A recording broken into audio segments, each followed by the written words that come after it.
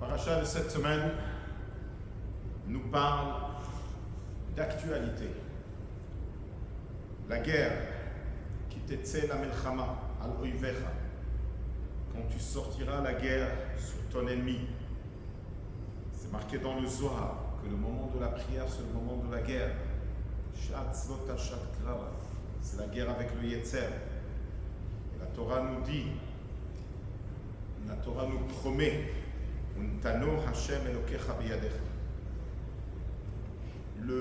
ce passouk est aussi, on parle bien sûr de cette grosse guerre qu'on a, une guerre quotidienne avec le Yetzer, mais c'est aussi, ça représente la guerre que nous avons aujourd'hui, une guerre qui a démarré depuis Shmini Atzeret le 7 octobre. Et là, la Torah elle nous dit qu'il faut avoir cette al-oivecha, c'est pas marqué im-oivecha, tu ne vas pas faire la guerre contre ton ennemi, tu te mets au-dessus de ton ennemi. C'est-à-dire que tu sais que tu vas gagner, comme c'est connu que l'armée, quand ils vont à la guerre, ils chantent une marche de victoire, ils ont le moral. Il y a un autre point important, c'est marqué kitetse. Pourtant, on parle à tout le peuple juif. Alors il fallait dire en pluriel, kitetse où? C'est marqué kitetse en singulier pour nous dire que la victoire de la guerre, elle peut arriver seulement si on est unis. Quand on parle de la guerre sur la terre d'Israël, il y a aussi cette guerre sur l'identité juive. La guerre que nous, en tant que parents, des grands-parents, de transmettre à nos enfants, nos petits-enfants, notre héritage juif. Voilà une histoire qui est arrivée avec un couple. Pendant des années, ils n'avaient pas d'enfants. Et ils ont fait différents traitements, et à la fin, Baruch Hashem, ils ont appris que la femme est tombée enceinte. Ils étaient tellement contents. Mais malheureusement, le médecin a découvert que la grossesse de la femme ne se développe pas comme il faut et c'est carrément un danger pour la femme. Le médecin qui savait combien le couple attendait pour un enfant, il ne voulait pas prendre de décision, il a dit on va suivre.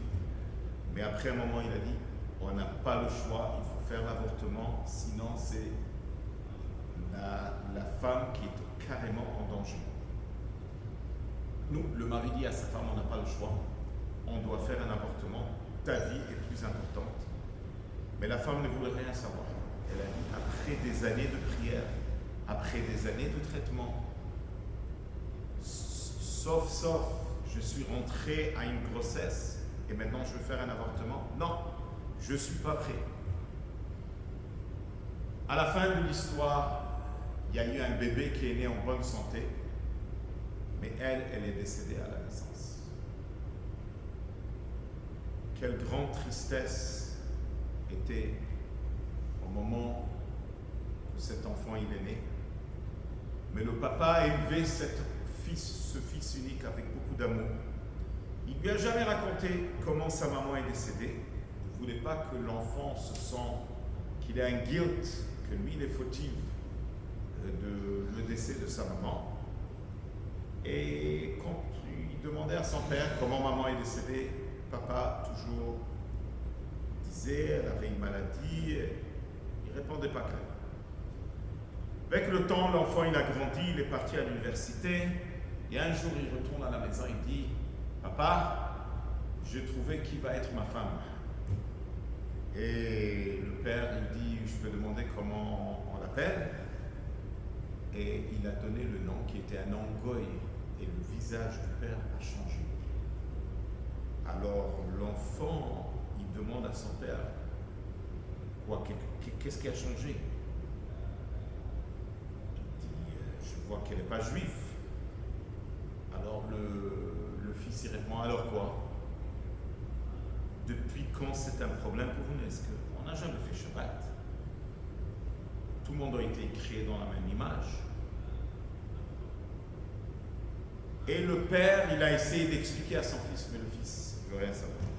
Et voilà, arrive le jour du mariage. Le père propose à son fils, viens, on va aller pèleriner maman. En route au cimetière, le père raconte pour la première fois à son fils l'histoire de la grossesse et de sa naissance. Et le père lui dit, ta maman, elle a donné sa vie pour que tu arrives dans ce monde. Et le père, il pleure. Je veux que tu saches, ta maman a eu un rêve.